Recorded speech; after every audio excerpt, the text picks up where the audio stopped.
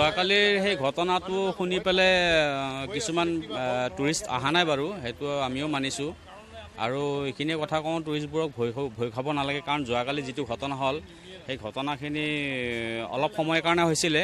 তাৰে কিছুমান লোকেল পাৰ্টিবোৰে আৰু মানে ছাত্ৰ সন্থা কিছুমানে মিলি পেলাই মানে কি গাড়ী কিছুমান মানে আমাৰ গাড়ীবোৰক যাব দিয়া নাছিলে।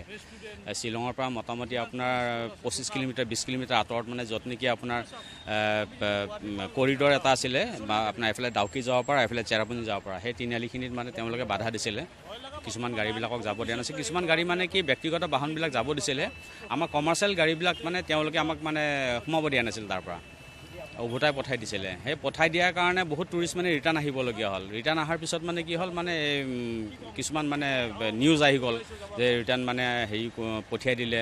তো কি হ'ল, পিছত মানে আকৌ প্ৰব্লেমটো ছল্ভ হৈ গ'ল। পুলিচ আহিলে, তেওঁলোকক ধৰি লৈ গ'ল বা তেওঁলোকক মানে খেদি পঠিয়ালে।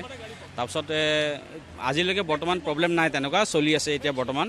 মই এইখিনিয়ে কথা কওঁ টুৰিষ্টবোৰক, আপোনালোকে আহিব পাৰে, প্ৰব্লেম একো নাই। আমি আপোনালোকৰ সেৱাত মানে আছোঁ ইয়াতে।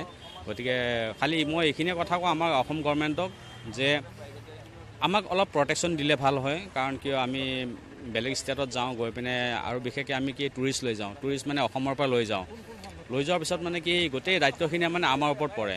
গতিকে তাতে যদি কিবা এটা হৈ যায়, সেইখিনি মানে বহুত কথা আহি পৰে আৰু। তো মই এইখিনি কথা কৈছোঁ গভৰ্ণমেণ্টক, যে মেঘালয় গভৰ্ণমেণ্টৰ লগত বিশেষকৈ আলোচনা কৰি পেলাই যিখিনি পাৰে মানে আমাক মানে নিৰাপত্তাখিনি দিব পাৰিলে ভাল হয় আৰু। কাৰণ কিয় দিনৰ ভাগত তেনেকুৱা হ'ল, ৰাতিটো পুলিচ নাথাকে, যদি কিবা কাৰণত কোনো পাথৰ চাথৰ দলিয়াই দিয়ে ডাঙৰ কথা হৈ যাব। গতিকে সেইখিনি কথা কওঁ, আৰু বিশেষকৈ টুৰিষ্টবোৰক ভয় খাব নালাগে।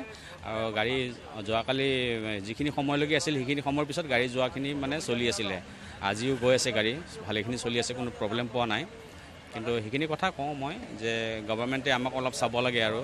হয়, নিশ্চয় ভয় খাব তেওঁলোকে, কাৰণ কিয় বাহিৰৰ মানুহবোৰতো নাজানে ইয়াত কি ভিতৰে কি কথা চলি আছে। কাৰণ এওঁলোকে বহুত দিনৰ পৰা তেওঁলোকে মানে ILP আৰু কিবা এইটো ষ্টেটৰ মানে কি ধৰক চেৰাপুঞ্জী যাব নোৱাৰা, ডাউকি চাইট চিন কৰিব নোৱাৰা, তেনেকুৱা মানে আমাক তেওঁলোকৰ মানে বহুতখিনি দাবী আছিল তেওঁলোকৰ।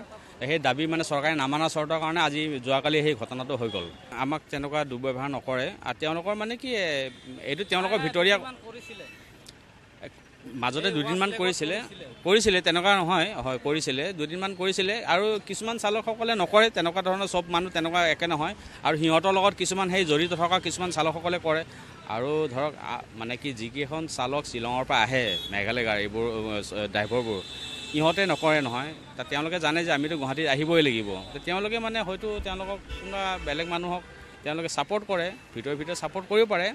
কিন্তু মানে কৰা কেইজন মানুহবোৰ বেলেগ, মানে সিহঁতে কৰা কেইজন মানুহবিলাক তাৰে মানে লোকেল হয়, আৰু সিহঁত মানে এতিয়া সংগঠনৰ মানুহবিলাক কৰে।